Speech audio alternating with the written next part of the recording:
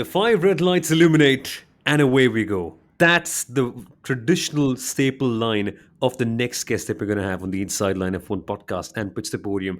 You have heard of him before on this particular podcast. We've had him twice. Firstly, for our Voices of F1 series, and then, of course, a couple of months ago to discuss this upcoming Formula One season. But I'm so glad that our next guest, well, he's just going to be previewing the British Grand Prix with his most favorite memories. But Kunal, who is our next guest? Who are we going to have on? Assuming that people haven't read the title, which is silly of me, but I kind of like to do an intro like this one. It's just fun. It absolutely is. Our next guest, as you guys already know, is the legendary Steve Slater. He is the CEO of the Light Aircraft Association, but we all very, very fondly remember him as one of the most striking voices of Formula One over the years. Steve, thank you so much for joining in. Thank you for making time for us for this episode. Oh, well, why couldn't I? I mean, particularly not least because my office for the Light Aircraft Association is at an airfield 5 kilometres away from Silverstone. Come Friday when the cars take to the track, I can open my window and listen to them from my office.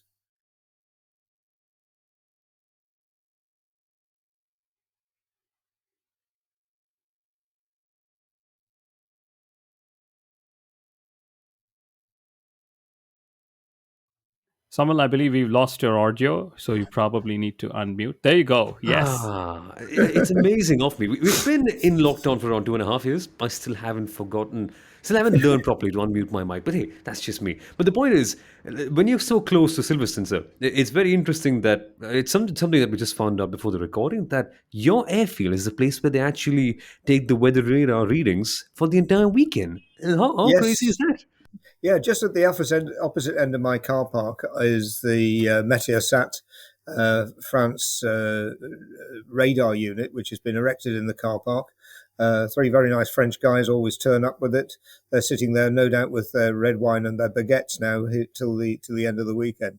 But it's actually quite serious. Again, being 5 kilometres away, we're just far enough away from Silverstone to be able to give them direct weather reports, like is it raining or not. And we're directly upwind of the prevailing wind. So the wind will normally come from the southwest. We're 5 kilometres southwest of Silverstone. And also their radar, of course, is pointing out further afield to give longer term warnings. And of course, those radar maps that you see on F1. Very interesting stuff, actually. And it's interesting how things are so well mapped out in terms of radar. And if anything, we just hope that the weather can get a little bit iffy for this weekend. We shall come to that in a second. First, it's time for a quick message on the Inside Line F1 podcast. Be right here in a second. Hey folks, welcome back in. You are listening to our special British GP preview with Mr. Steve Slater, the voice of Formula One back in Asia. And so I firstly have to ask you about your earliest British GP memories, because which was the first race that you ended up watching? For me, it was 2008, and I would love to talk about that one as well. But which one was your first one? I go back a little bit earlier than that. I went as a teenager to the Silverstone 1977. That was my first Grand Prix, actually in attendance, trackside on the outside of Copse Corner. And that was a race where James Hunt won from pole position in his McLaren ahead of Niki Lauda. John Watson was another great British hero, but he had an engine failure. But the other thing I remember from that was this young French-Canadian guy who turned up and got a deal together to do a one-off race in last year's McLaren. Can you imagine it these days, a McLaren Cosworth? They allowed him to run a year-old car, and that was a guy called Gilles Villeneuve, finished 6th. Wow, and that was where the legacy essentially began. But very interestingly, there was another a little lesser known driver called Gunnar Nilsson who ended up finishing in 3rd place. Now, he was racing for the Lotus team, and that was probably in the heyday of Lotus, right, when they were just a very, very well constructed team back in the 70s. But just what was that whole race all about, and what was the aura of James Hunt? Because for all of us of this generation, we've just seen it in the movie Rush, and we've just heard stories, but to feel it right there at the track, just what was it like? It wasn't the Mansell fever or Damon Hill or Red 5 that we experienced later in the 90s. James, though, was the first British in most people's recent memory to have won or become a world championship winner or a potential world championship winner. He'd come from Hesketh. he then had come to McLaren. Everybody thought McLaren were crazy having him because there was this playboy atmosphere about him and all the people he was surrounded with. I mean, James was the guy who you'd see photographed at the end of a Grand Prix sitting on the side pod of his car where the fuel tank was with a cigarette in his mouth. I mean, this was not your conventional Formula One hero. Oh, and by the way, in his other hand, he would have a can of beer or a model. This was not the lifestyle that we now see with the button-down professional racing drivers. James was larger than life. I was very lucky to get to know him later in life and work alongside him, sadly, just before his death.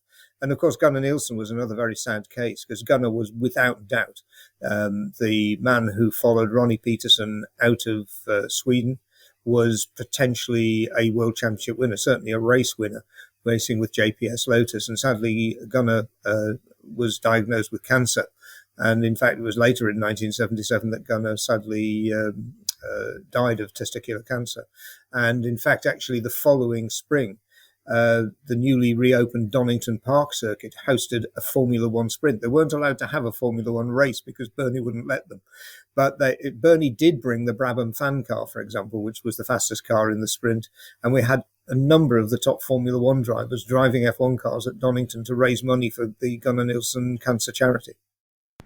Oh, that's a story I didn't know about. So essentially, we didn't see the first Formula One sprint race in 2021. That happened way back when. Oh, no, this wasn't even a sprint race. These were cars going around one lap at a time against the clock. And it was a time trial. And so it wasn't a race. There were other races that weekend. There was a race for the BMW Pro Car Series, which, if you can imagine a Lamborghini-built mid-engined exotic sports racing car, 20 identical ones being treated like dodgems by F1 drivers. There was also a historic Formula One race and demonstration, and there were things like the Mercedes Silver Arrows came out to play on that one, and there was a little Lotus 18 being driven around very enthusiastically by one George Harrison. So that was a pretty impressive one, but that wasn't at Silverstone, that was at Donington. And how crazy is it that Donington did get a race, but that was officially the European GP. But it's so amazing that the British GP has been just traditionally been associated with Silverstone, but we also had some great years at Brands Hatch. And one of the races I want to talk to you about is Nigel Mansell winning there back in the day. Now, just what is the atmosphere surrounding Nigel Mansell like? And it's an amazing question to ask, I suppose, in terms of timing, because Mansell was just celebrated at Goodwood last week. But that fever, that pitch in the UK, how crazy was it? Because we can't quite tell it right. Because back in the day, without social media, I've heard that the chatter was at a crazy level. Was it really that case? Yes, it was pre-social media, don't forget. Mansell Mania happened because of newspapers and because of people talking about it in the pub. They didn't have any online. They didn't have emails even in 1987 to speak of. And 86 Mansell won at Brands Hatch. If I remember right, it was a slightly controversial victory, but I can't for the life of me remember why. This was long before I was commentating on F1, I hasten to add as well. 87, I was actually at the Grand Prix. I was working as a commentator for some of the support races. And the 87 race was epic. This was the one where Nigel and Nelson Piquet were 1-2 in the Williams Hondas. And they dominated qualifying. They dominated the race.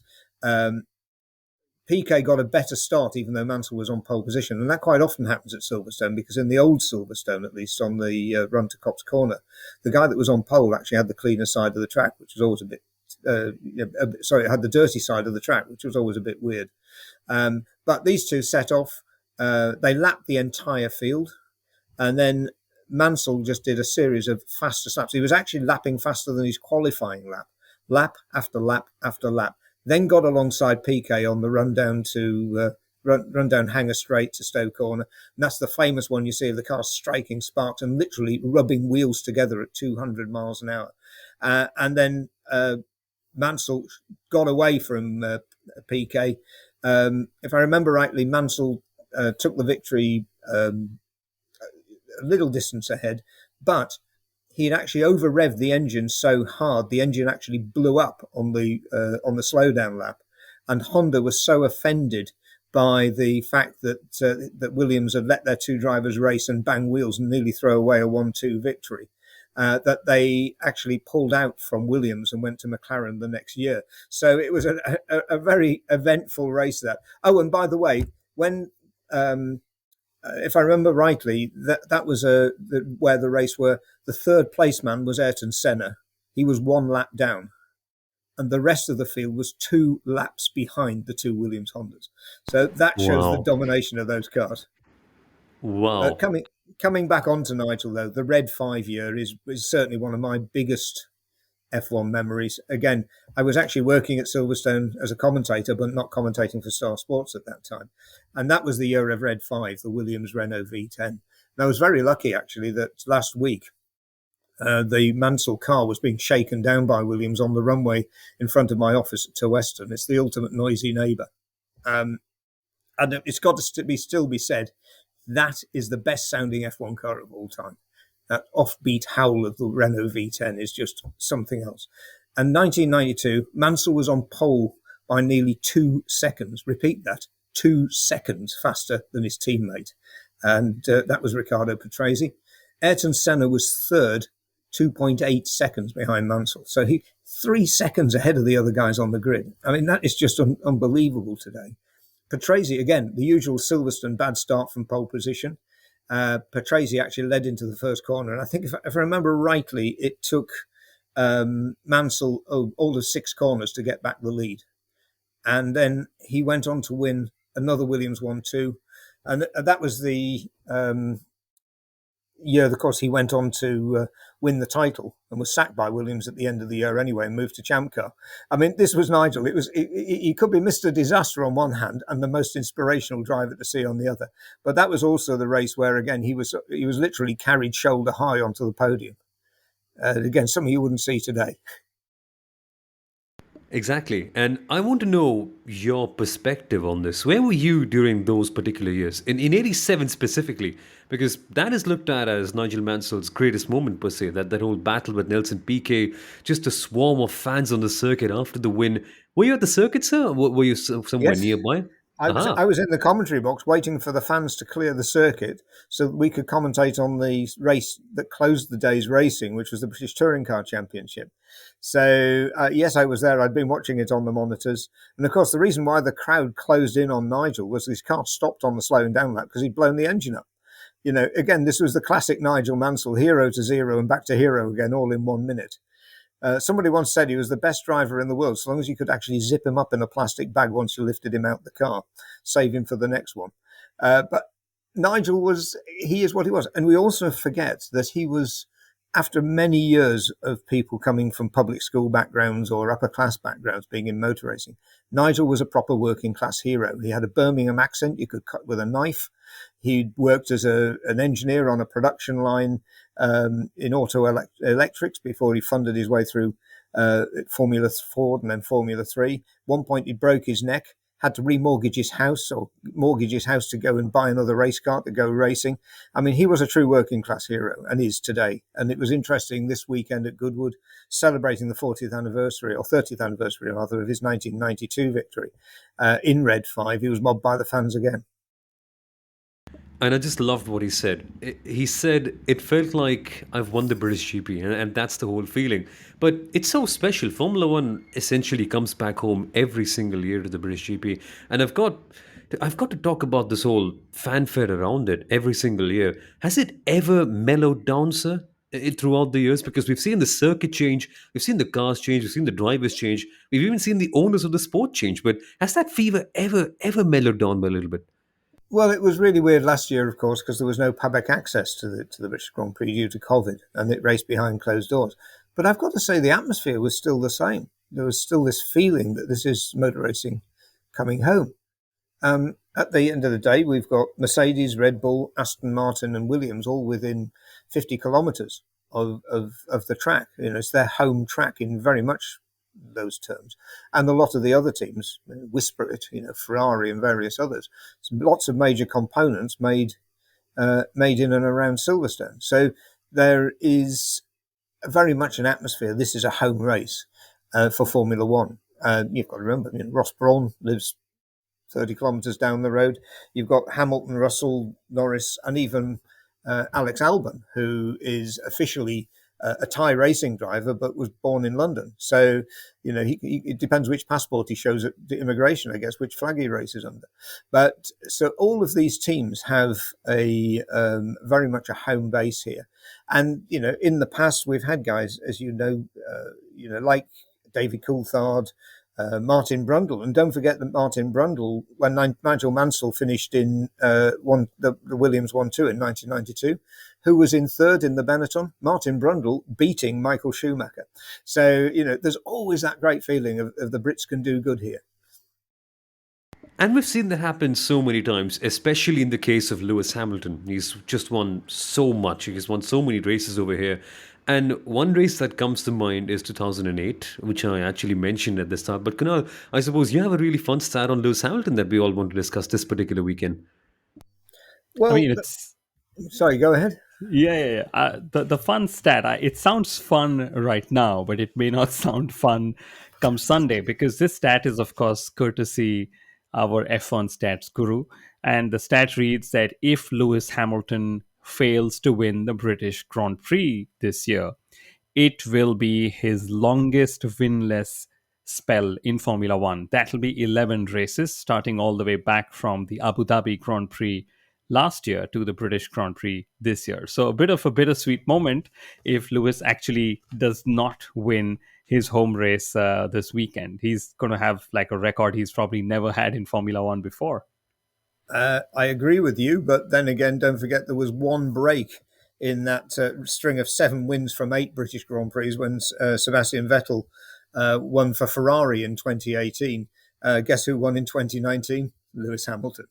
So, it may well be a temporary blip. I don't see it as being a career stopper for him.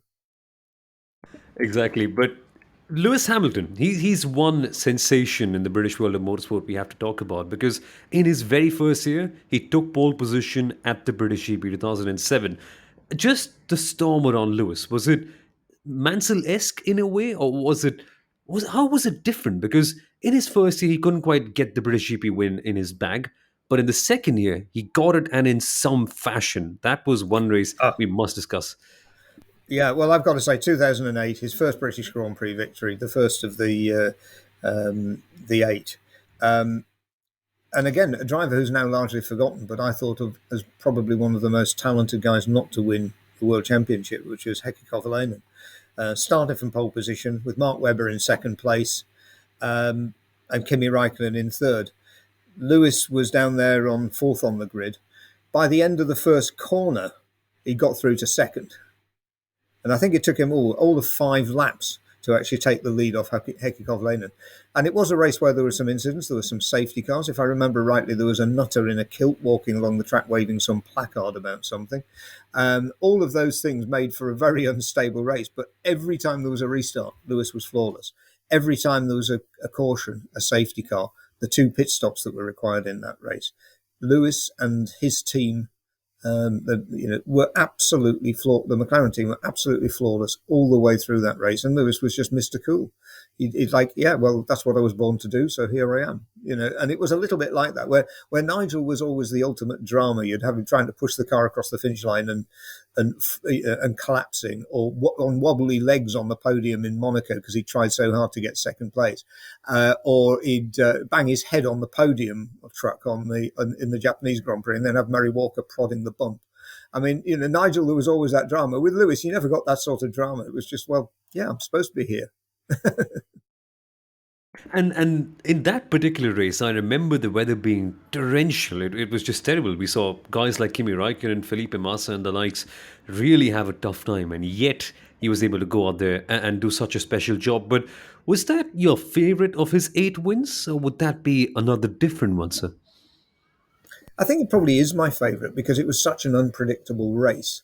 I've got to say the conditions that race was held in, and actually Silverstone at the time was way behind the ball in terms of facilities for anyone, spectators or whatever. Some people were still being dragged out the car park at midnight by tractors because it was just a swamp. I was very lucky. I had a little classic Mini Cooper, which I used to drive to the race that day. And I knew there was a piece of concrete by the toilets, which I could park the Mini Cooper on that no other car would fit on the bit of concrete. So I had the only car without muddy tyres in the car park. But it's Silverstone, of course, has been my home circuit too for best part of 20 years, if not 30, because I've been attending motor races here since club racing through the British Touring Car. I covered the British Formula 3 Championship, where we had up-and-coming drivers like Rubens Barrichello and Mika Hakkinen winning the championship. So I've been very lucky all the way through. And seen some great drivers coming through at Silverstone, and not to mention, of course, Formula One debuts at Silverstone for Naren Karthikeyan and for Karen Chandok, and of course Firas Fauci as well. If I remember rightly, that would have been 2010 he appeared at the wheel of the Caterham. So I've been very lucky. Silverstone's been a chunk of my life for a lot of years, and long may it continue. Absolutely. And I want to talk about a more controversial race now, because we have to talk about the 1996 British GP, the one where Michael Schumacher actually, in a way, won the race, but he came to serve a penalty at the last lap. Like the ultimate video game move, right? You serve your penalty and you finish the race in the pit lane. Were you there at the circuit, and what was the Yes. confusion like? Because I watched the replays and the commentators in the global feed were just clueless. Well, so was everybody, including the FIA stewards, because a lot of that was bad stewarding, and they didn't even know how to implement their own rules. Have we heard that before? But I think it was like 98, wasn't it? Not 96. I may have got it wrong. But yeah, that was where, Schumacher started second, passed Mika Hakkinen after a restart, because there was a red flag, I think about lap 50, if I remember rightly. He then had received a 10-second penalty because a few laps earlier, before the race was stopped, he'd passed Alex Wurz while he was behind the safety car. Ferrari were quoting numerous technicalities, not the least of which was that the information from the stewards was given to them scribbled on biro on a piece of paper and passed onto the pit wall in the rain. They could barely read it. And all of that added up to, well, we think there's a penalty. We don't know whether it's a stop-go penalty or a drive-through penalty or a time penalty that be added at the end of the race. And Ferrari, Ross Brawn rightly made the decision. And bear in mind, this is the guy who now runs F1. Ross Brawn made the decision that I'm actually going to stop him, but I'll bring him down the pit lane as the checkered flag comes out. That way I pass the checkered flag. Then I can do a 10-second stop-go penalty, and they can work out what to do with the times. In the end, there were so many holes in the Silverstone stewards' case for that they had to throw it out anyway. So actually, Michael wasn't penalised. And by the way, he had come down the pit lane 22 seconds ahead of Mika Hakkinen past the checkered flag. So even if he'd had a stop-go penalty of 10 seconds, he'd have still been ahead. But that's just a crazy thing to think about. And when you watch the replays these days, it's amazing to see how flawed in a way the sport was back in the day. But it also reminds me of a fun time. And you're right, it's 1998. I just cross-checked and I actually made a big goof up on that. But that's okay. What I want to talk about is the particular circuit, the layout. Because watching the replays of that 1998 race, you remember a different time where we didn't quite have the infield section like we do today. We used to turn left into the bridge section before we, of course, got to the old national pit lane. Those days, that particular layout, were you a fan of that one, or do you tend to like this one a bit more? I'll be honest with you, I think the current one is not as good. And maybe it's just me being an old bloke. But I don't think this is actually as good or exciting a track layout. It's actually almost designed to create a little bit more PlayStation overtaking, maybe, or something. But I'm not quite. I personally don't believe that the architecture of the current Silverstone circuit is as good as the old one. The old one was true to the history of this track, which was built on the perimeter track of an old World War II airfield, and the actual line of the circuit, as it was right up until then, was the line of the old perimeter track where the bombers would taxi around to go to the end of the runway. It changed fundamentally when they put that new infield section in. It changed before that, of course, because originally you had the run up to Bridge, as it was then called, as a corner. Prior to that, you had Priory Curve, and you had a really fast chicane at Woodcote. And in fact, in the oldest days, and I do actually remember going to a test with my father in the mid-70s, I'm guessing it would be 74, maybe 75, or even 76. It was 75, and seeing Ronnie Peterson, it was in the March, I think, absolutely hanging the tail out at 160 miles an hour through the old Woodcote corner. And what the corners we've got now are actually emasculated in comparison. These were flat out fifth gear or sixth gear corners. They were really very scary indeed, and probably actually quite. When you saw Max Verstappen's accident last year at Copse, you realise what could go wrong if people bang wheels in those corners, and that was a really violent accident. So in a way, maybe we are doing the right thing by going to the modern circuit design. It's created, obviously, the new Silverstone wing building, a whole new level of facilities. The original facilities at Silverstone, shall we just say, were quite rustic. But equally, the old Silverstone, for me, the first corner should still be Copse Corner, because that really is a great corner where you can actually, as Lewis Hamilton demonstrated, can take three places if you're fourth on the grid. So that's the sort of corner you really want as your first corner in F1.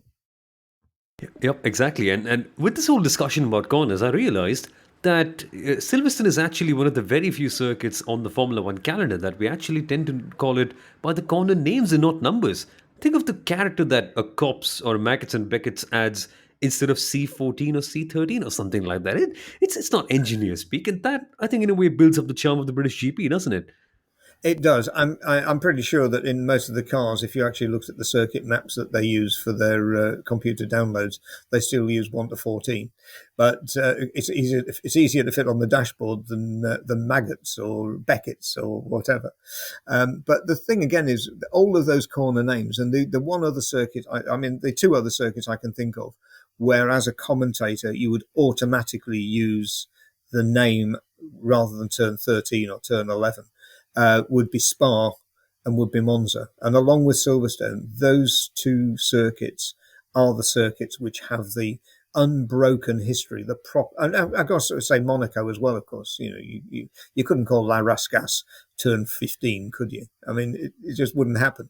But they are the circuits with the history. They're the circuits, for me, with the heart of Formula One. And, they're valuable circuits in that you couldn't imagine a Formula One starting grid without Ferrari, whatever their fortunes. Whereas you couldn't imagine a World Championship motor racing series without Monaco or Silverstone or Spa or Monza. Which makes me want to ask you, sir, what do you reckon about the idea of Liberty Media just intending to, let's say, have alternate races at these historical circuits, let's say Silverstone for 22 and then let's say 24 in that case? They're intending to do that with Spa, if the rumours are correct. But do you think it should be the other way around? Maybe the street circuits should be alternated. But what is just your take on that? I think actually the street circuits probably could be alternated. Equally, those classic circuits, even we have lost Spa off the calendar temporarily. Usually it's been when the money's run out. Spa at one point was very dependent on tobacco advertising from Philip Morris. And when the tobacco advertising was banned in Europe, Spa had to take a sabbatical. The other circuits, who would have thought that Nürburgring may or may not host a Formula One race, particularly given the German ascendancy in the sport. But it sometimes happens. I think actually Formula One probably could survive losing Silverstone for a year and then coming back, or losing Spa for a year and coming back, or Monza for a year and coming back. Would a Formula One circuit at, say, Singapore survive not being on the calendar a year and then coming back? Would Abu Dhabi be remembered? Would Bahrain be remembered? Would China be remembered? Shanghai, if it skipped a year. And some of these circuits have done it already in the past. But what I would say is if there are more people queuing up than there are places to do Formula One, or places in the calendar for Formula One, it's the only way you're going to be able to do it. But let's hope it's only for a 1 year sabbatical and then you're straight back in again with a bigger promotion. One of the challenges for Spa also is that it's actually geographically just down the road from Hockenheim or from Nürburgring. So if you run a Formula One race in Spa, it takes audience from the German Grand Prix or vice versa. So that's another thought that has to be borne in mind, because they may be in different countries, but they're only an hour or so apart. Or even the Dutch GP for that matter, because so many Dutch fans also end up being at Spa. But yeah, that's a discussion. Yeah, go on, sir. You go to Adelaide and the Dutch fans outnumber everybody else. I mean, I've never known a population that moves around so much with Formula One. It's amazing. Yeah, we've seen them almost everywhere. If I'm not mistaken, I actually saw tons of Dutch fans in Qatar as well last year. I mean, Yeah. what's next? They might even end up coming to Brazil, which is the other side of the world for them. It's absolutely amazing how the support is just right there, which brings me on to the British support at the British GP. Just the atmosphere of that, the number of fans. It still baffles me that we're able to have in excess of over 200,000 people over the entire weekend. You've obviously mentioned the parking troubles over there, but it just feels like the centerpiece of the British sporting summer, doesn't it? Just what is the Oh, environment like of being at a British GP? well, you have to remember it's a part of the sporting calendar in the summer nowadays in Britain. You've got the cricket and the Test match, which we won. I hasten to add. Just point that out. But then we, um, but equally, we've got the Wimbledon on as we speak, which means when I get home this evening, I'll have to make my own supper. Um, then we've got the British Grand Prix this coming weekend. You know, it is all part of that summer season of sport, which Britain's quite famous for. But there's something else as well, and that is the British Grand Prix is still quite accessible. You can still buy relatively low cost tickets to attend. I mean, if you regard £50 or £60 as low cost. So you can certainly attend on the Friday and see the cars in action, see the drivers in action, and say you've been at the British Grand Prix. And, you know, that is why there will be 140,000 people there this weekend. And there are so many drivers to choose from as well, because historically, I mean, British fans have been spoiled for choice. There's always been somebody. There's been a Damon Hill or a Nigel Mansell or a Lewis Hamilton, or, as it was in '95, Johnny Herbert as well. That I'm glad you was mentioned that because I was going to. Yeah, I wanted to talk about that race because as a kid, when I was just looking through the F1 stats, I was always like, yeah, but Johnny Herbert, you can't quite, you won't quite rate him as highly if you haven't quite seen him. This is the sentiment that I've got from most people I've spoken about. But what was that win all about? And what was it like in '95? Because if I'm not mistaken, Jean Alesi was close by, but he couldn't quite win that day, as was the case with him quite often, unfortunately.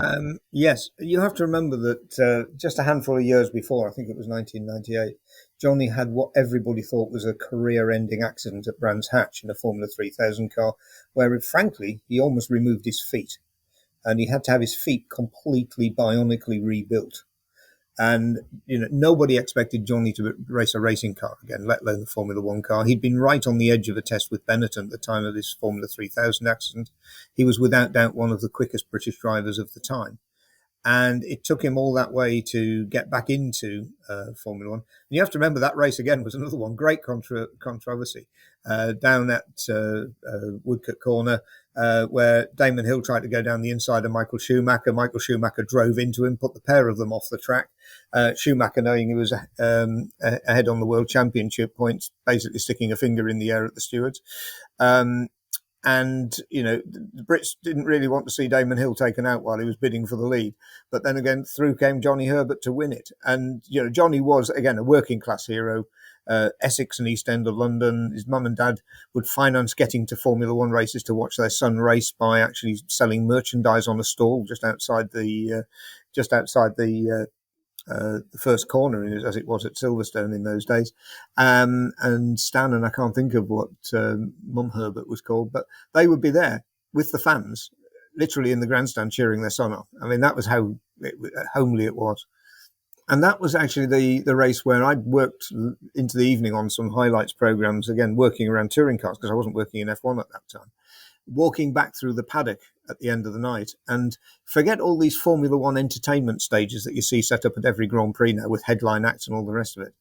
Yamaha, who had provided the engines for the Jordan team, had also provided a trailer with a drum kit and 3 sets of guitars on it. And a bunch of Grand Prix drivers were, with Eddie Jordan on the skins, on the drums, were actually doing an impromptu rock concert in the paddock on this trailer with Johnny Herbert and Damon Hill yelling, "Go, Johnny, go." You wouldn't say that again today, would you? My goodness. The sport was just something different back in the day, wasn't it? You wouldn't quite imagine something like that these days, ever. Well, bear in mind, the public had access to the paddock in those days. I mean, you couldn't do that now. Yeah. You'd have to fight your way past the guard dogs and the turnstiles and everything else. I mean, even the drivers sometimes aren't able to make their way into the paddock these days. So that's another thing. But it's just that time, isn't it? The 90s and 2000s, Formula One was, I suppose, very rock and roll in a way. Lots of sponsorship money, lots of extravagance, lots of bold marketing strategies. And in the 2000s, just what was the aura of Silverstone like? V10s. There's of course Michael dominating, but there's still sold out crowds as the old Silverstone, and there's all obviously young challengers coming up every single year in Raikkonen's, in your Raikkonen's and Alonso's. It's just, was it just the best time to be a British Formula One fan in a way? I don't think it was just the best time to be a British Formula One fan. It was just a great time to be a Formula One fan. Not just Silverstone. You went to Monza and the Tifosi. And, that was just something else. Watching that tidal wave of red come down the track at the end of the race. There are certain races where you have just the most amazing atmospheres. Hockenheim, if you go into the horseshoe of grandstands around the last corners of the lap, you think Germans are buttoned down and well disciplined and all the rest of it. Not if there's a German driver comes through in the lead. There's not. I tell you what, they're bonkers. So it's great. I mean, and that's how Formula One, and that's how motor racing, that's how entertainment should be. That's why I love it. Oh, absolutely. It'll be so much fun to be a part of that crowd. And if you have folks, it's just a crazy experience, and you should tell us about it on social media. But I want to talk about one race in particular, sir. One race that I remember watching back here in India with you on comms, British GP 2010, Mark Webber, where he won famously ahead of Sebastian Vettel. We briefly referred to it in a previous episode on the Inside Line of One podcast. So it's good that we're able to close the loop over here. But that was the famous not bad for a number two driver race. Now, in your eyes, sir, how would you describe that chaotic weekend as a whole? Well, you took the words right out of my mouth. Not bad for a number two. And that was actually precipitated during qualifying. Because Mark Webber had been given the second string front wing. There was one brand new front wing to go on the car. Webber was quicker than Vettel all the way through, yet they put through the, dare I say it, the German stroke Austrian wish to have Sebastian Vettel pandered to, gave Vettel the wing, and Webber still went quicker, it's got to be said. And that was when he said not bad for a number two as he crossed the line in pole position. At the start, though, again, it was one of those classic, the old Silverstone circuit, Copse Corner starting on the inside, so he's on the dirty part of the track. And Vettel tried to muscle his way through, and which is actually what Vettel still does a little bit today sometimes. And Mark Webber, being Mark Webber, was having none of it. It's either my way or the highway, mate. And pushed him wide. And then Vettel tried to come back on and then tagged Lewis Hamilton. So it ended up with Vettel actually dropping back. And I'm trying to remember now. I mean, Hamilton was in third. I think Hamilton was able to continue all right, but Vettel had a puncture, and that dropped him to last place. And credit to Vettel, he still came back through to seventh place overall. But in 2010 and 2012, Mark Webber was the winner of the British Grand Prix, and actually pretty much a home hero as well. He, to this day, lives around about 30 kilometres away from Silverstone, in a little village just outside a little village called Wendover. In fact, you quite often see him. There's a big set of woods on the Chiltern Hills there. And if you go walking your dog in the woods, chances are you pass by Mark Webber on a mountain bike out on his fitness regime, because he's still one of the fittest guys that's ever worked in Formula One. He thinks nothing of riding 15 miles on a BMX.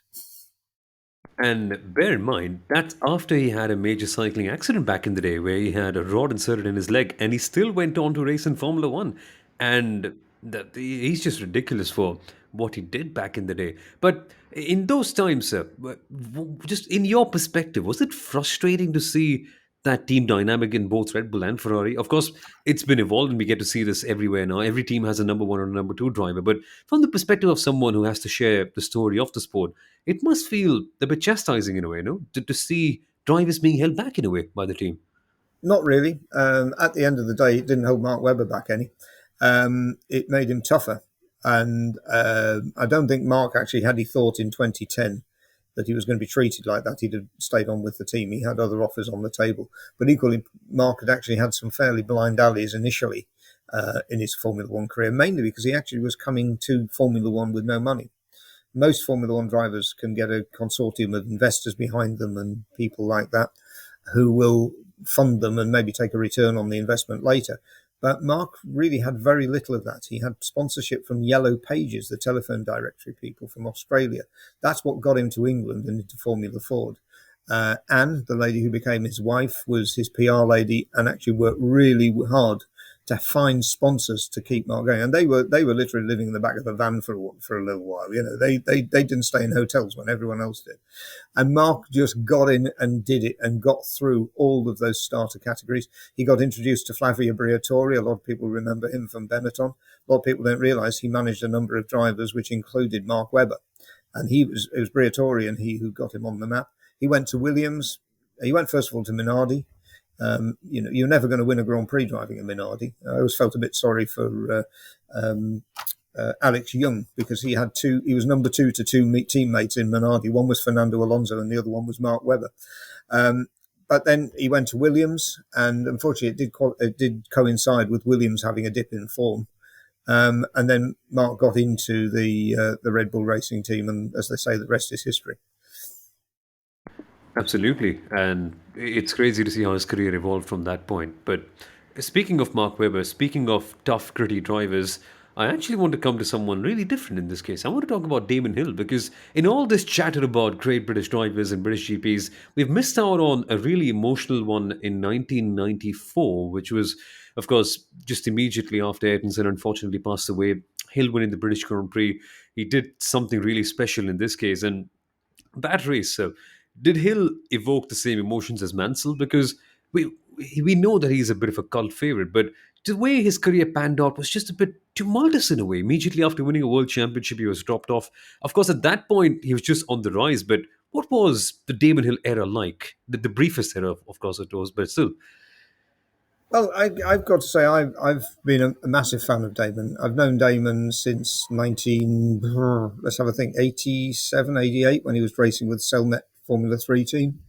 I knew him long before I started commentating on F1 races for ESPN Star.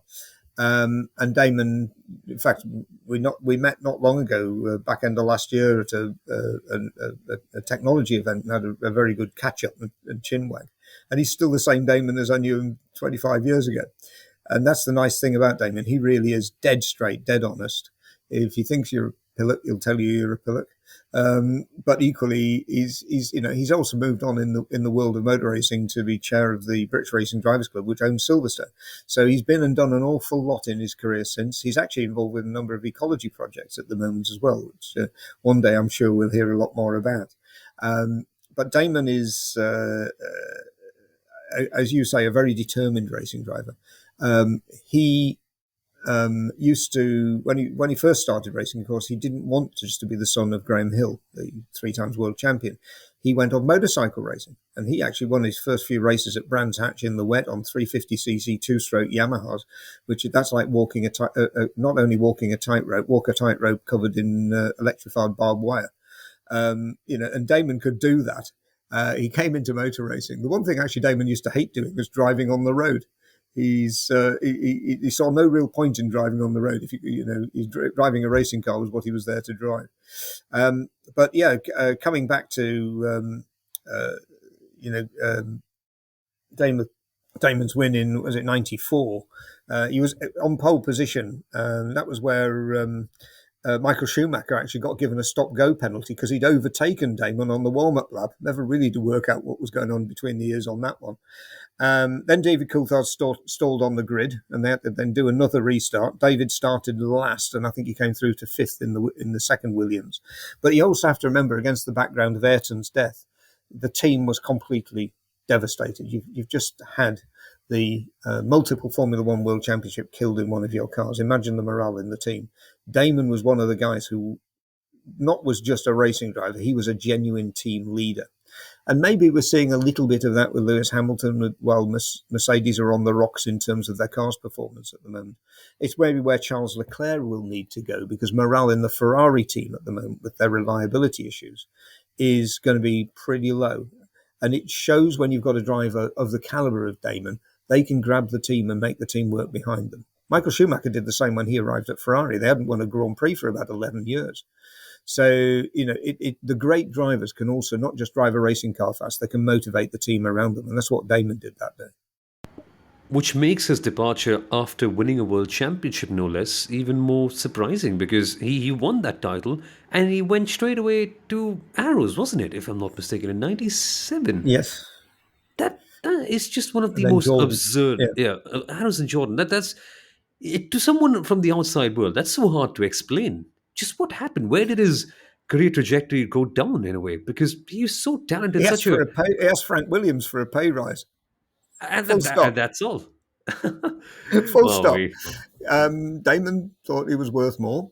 Others were prepared to pay some of that money. He and Frank, and probably Patrick Head as well, entered into a spiral of incorrect negotiation, and it wound up that Damon left the team, just as Nigel Mansell did in '92 after he won the World Championship. Frank Williams almost had this record of losing World Championship winning drivers. Do you think it was a big mistake from Williams' side in that case? Yes, absolutely. If you have back-to-back World Championship winning drivers, then you've got a much stronger base. But Frank always had the light bulb philosophy around his drivers. Frank was not that much interested in winning World Drivers' Championship. He was interested in winning Constructors' Championship because that's where the money was for the team. And Frank always said, if a driver is like a light bulb. If it doesn't work, you change it. Aha. Now, that's opened up a big can of worms because we're talking about the British GP. We haven't quite mentioned the Williams team enough. Now that we've got the chance, I suppose there's so many fun stories to talk about. But with Williams, just there was this philosophy, of course, but then it was just what happened in the back end that caused their decline. Did the British GP ever kind of see a decline in popularity because Williams were never the same? And of course, it's not evident now, but it's in a way that Formula One has forgotten Williams, unfortunately. But what's your take on that? I quite agree with you on the final comment. I think that the Williams were one of the three, the holy three. You had, in those days, McLaren. Today, you'd probably have Mercedes.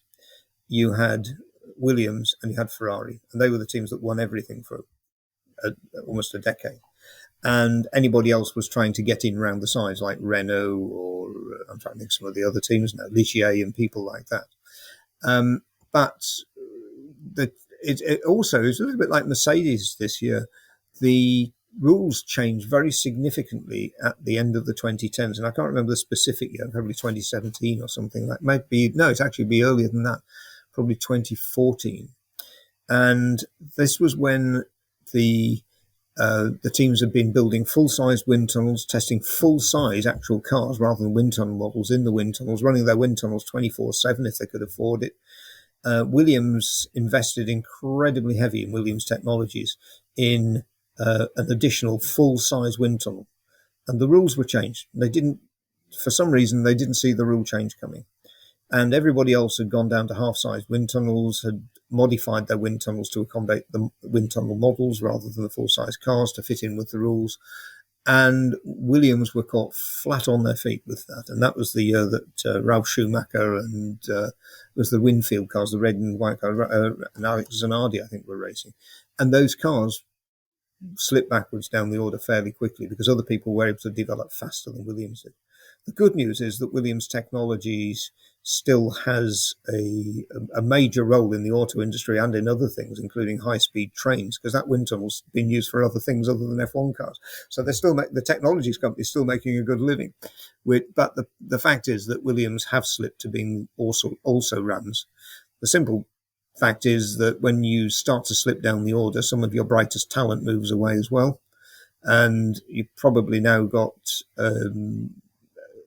a lot of bright young people joining Williams who unfortunately will stay with Williams for a year or two, then move on to a bigger, wealthier, better paying team. And that is the challenge that Williams find themselves in. Force India, as are a little bit like that as Aston Martin. They've got to find their feet now and become a front-running team again. Even McLaren, who won everything for best part of half a decade, they've got to find their feet again, and probably actually are one of the less budgeted teams in F1 these days. So they've got to do it with a fairly, less resource than some of the others. So it does go in sequences. That should be the big warning cry to Mercedes, of course, because you can only have a short period of bad results. You've got to be able to bounce back. just as actually Ferrari have bounced back. They've found the performance in the car again after a 2-year hiatus. Yeah, and it's suddenly gone for a toss in the last few races, but let's hope it comes back. But I've just got this niggling curiosity to ask about Williams as well. Mid 2000s, poor management. Do you reckon that was the reason why Williams couldn't quite claw back? Because they had a race winning car, and in Juan Pablo Montoya, they had a bit of a phenomenon in a way, just a driver who'd be really great on one day and not great on the other. But they had someone who could fight, but then it all just went away. They also have manufacturer backing, by the way, so things couldn't quite be better in that case. So, a missed opportunity, according to you, sir? Yeah, maybe. I mean, BMW backing was very, very important to them at the time. And maybe BMW's eye went off the ball and into looking at other things as well. Juan Pablo Montoya, of course, I think he was the last Williams Grand Prix winner. And again, very talented driver, not necessarily PR friendly or sponsor friendly. And that could have also hit Williams in the pocket. They did lose a little bit of direction. There's no two ways about it. They've lost direction. They've slipped down the grid. At least this year, they're in for getting some championship points. And actually, in Alex Albon, they have a driver who's actually able to drive that back of the field car way better than it deserves, just as George Russell did. And actually, Albon's in a no-lose situation at the moment because actually, any results he gets out of that Williams, he's going to be a hero. Exactly, and the team seemingly is on the rise. But before we end up, sir, a quick word on McLaren, a quick word on how they've been cornerstones of the British GP. When you come to think of it, I thought that McLaren would have done more, but if you look at the historical records, they haven't quite won nearly as enough as they have in their whole Formula One history. It's surprising, isn't it? Well, yes, it is. Whether that's local pressure, of course, McLaren, another home team, although they're based down in Surrey on the other side of London. But McLaren, let's say in the 90s and certainly the early 2000s, again, they were quick at other circuits, but never necessarily quite as quick on the low downforce settings around Silverstone.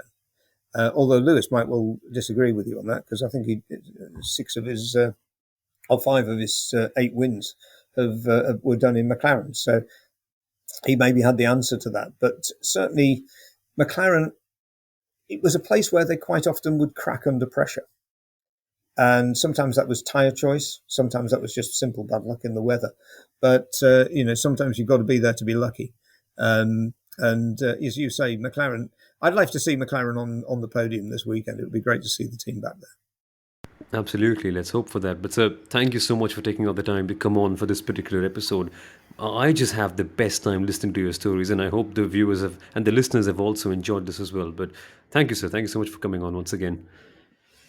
You're very welcome. Hope we can do it again very soon. Absolutely. And folks, if you enjoyed this episode, you know exactly what to do. Leave a like, leave a good rating, share this podcast with like-minded enthusiasts, and we shall be back rather soon on the Inside Line of One podcast and Pitch the Podium. Thank you for listening.